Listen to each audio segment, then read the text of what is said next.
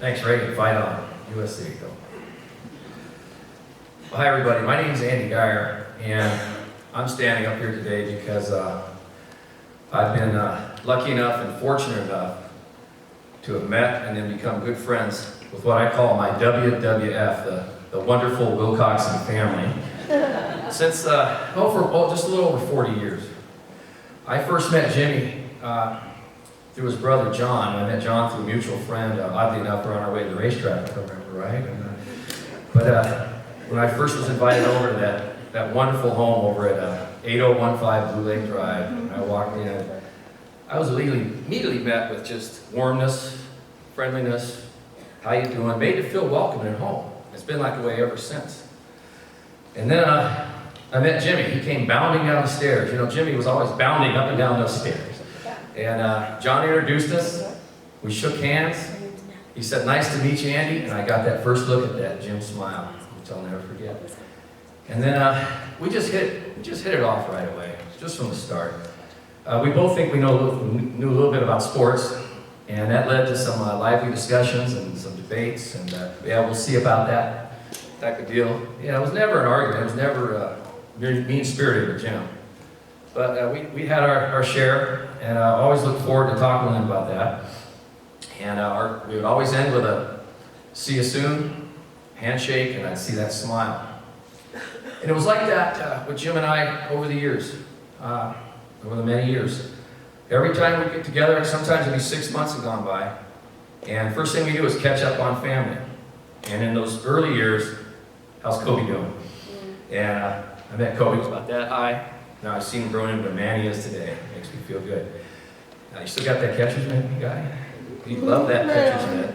You love that catcher's mitt. Then later on, it was his grandchildren who he just adored. Just adored.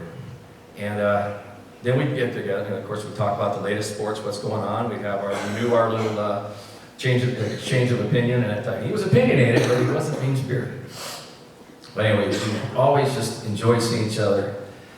And I just want to say the last time I saw Jim, my wife Meg and I we were fortunate enough to be invited over to the Willcoxson home for a Christmas dinner and a gift exchange, and we couldn't wait. We got there, we walked in the door. Jimmy was upstairs with his brother Bobby. Bob's right here. There's a lot of Bobs in the room. This Bob right here. And of course John. They were upstairs watching the Charger game. Well, I'd already given up on the Chargers, so I stayed downstairs and hung out with everybody else. And while we're waiting for the game to end and the food to get ready, Carol invited us to play this game. It's called, Find the Pickle. I guess it's an old German tradition. Well, the Willcoxson living room, full of furniture, beautiful tree, presents, decorations everywhere. It's going to be hard to find that pickle. So we're walking around for a couple of minutes. There's, 6, 8, or 10 of us. Well, suddenly Jimmy comes bounding down the stairs. And he had enough of that Charger game. So he walks to the corner of the living room. He looks over by the wall, the edge of the wall, and he sees something unusual. He reaches over to pick it up. He goes, "Hey, Carol, what's this?" It was the pickle. Game over. In 2 seconds, Jim had found the pickle we were looking for and won the prize. And his smile was this big, and laughter filled the room. You know, at dinner, he was his usually engaging self, asking people how they're doing, what's the update in your life, how things going. He was talking sports. He was happy that the USC Trojan basketball team was off to a good start. I mentioned that to Ray. He exchanged some good-natured barbs with his brothers, which I always love to watch and hear. And he told a few jokes, and he was just being Jimmy. We had our gift exchange. It was time to say our goodbyes. And this time it wasn't a handshake, it was a hug, a pat on the back, and "I'll see you soon," and I got that Jim smile.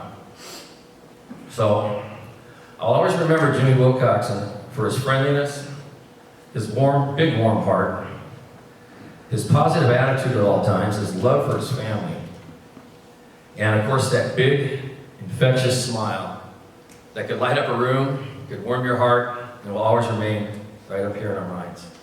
R.I.P., good friend.